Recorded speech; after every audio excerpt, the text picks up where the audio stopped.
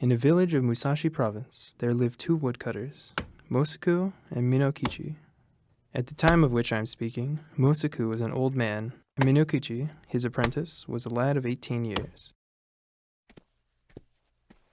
Every day they went together to a forest situated about 5 miles from their village. On the way to that forest there is a wide river to cross, and there is a ferry boat. Several times a bridge was built where the ferry is, but the bridge was each time carried away by a flood.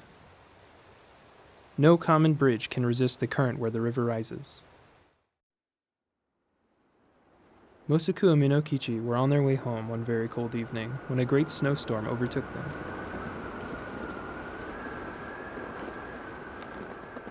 They reached the ferry, and they found that the boatman had gone away, leaving his boat on the other side of the river. It was no day for swimming, and the woodcutters took shelter in the ferryman's hut, thinking themselves lucky to find any shelter at all. There was no brazier in the hut, nor any place in which to make a fire. It was only a 2-mat hut with a single door but no window. Mosaku and Minokichi fastened the door and lay down to rest, with their straw raincoats over them. At first they did not feel very cold, and they thought that the storm would soon be over. The old man almost immediately fell asleep, but the boy, Minokichi, lay awake a long time, listening to the awful wind and the continual slashing of the snow against the door. The river was roaring, and the hut swayed and creaked like a junk at sea. It was a terrible storm, and the air was every moment becoming colder, and Minokichi shivered under his raincoat. But at last, in spite of the cold, he too fell asleep.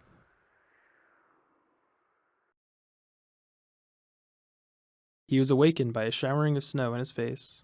The door of the hut had been forced open, and by the snow light he saw a woman in the room, a woman all in white. She was bending over Mosaku and blowing her breath upon him, and her breath was like a bright white smoke. Almost in the same moment, she turned to Minokichi and stooped over him.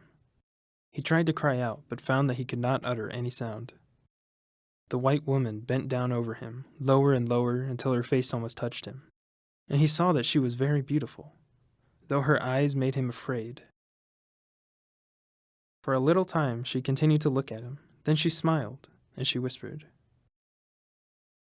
"I intended to treat you like the other man, but I cannot help feeling some pity for you, because you are so young.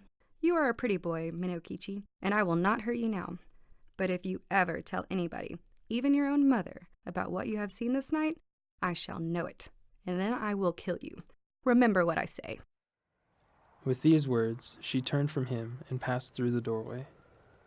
Then he found himself able to move, and he sprang up and looked out, but the woman was nowhere to be seen, and the snow was driving furiously into the hut.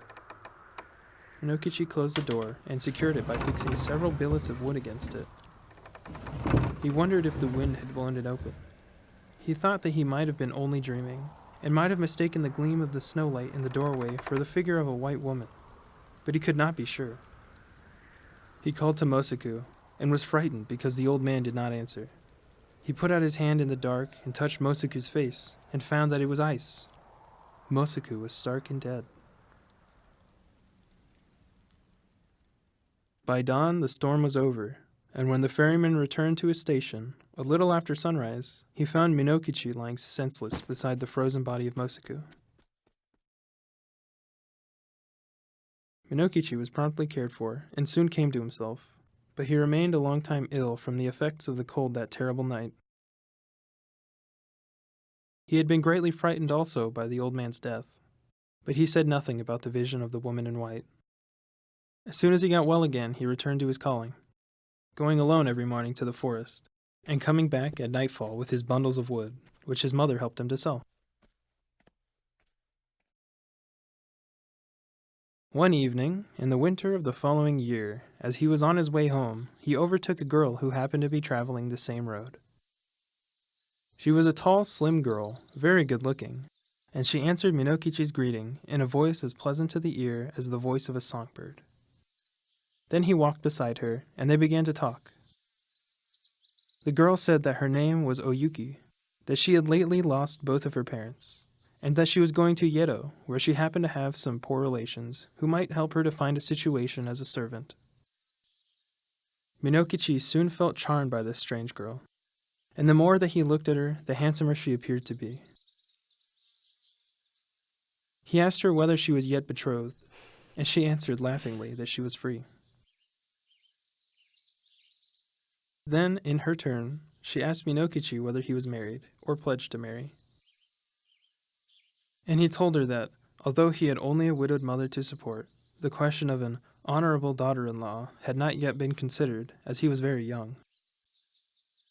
After these confidences, they walked for a long while without speaking, but as the proverb declares, Ki ga areba me mokichi hodo ni mono wo iu. When the wish is there, the eyes can say as much as the mouth. By the time they reached the village, they had become very much pleased with each other. And then Minokichi asked Oyuki to rest a while at his house. After some shy hesitation, she went there with him, and his mother made her welcome and prepared a warm meal for her. Oyuki behaved so nicely that Minokichi's mother took a sudden fancy to her and persuaded her to delay her journey to Yedo. And the natural end of the matter was that Yuki never went to Yedo at all. She remained in the house as an honorable daughter-in-law. Oyuki proved a very good daughter-in-law.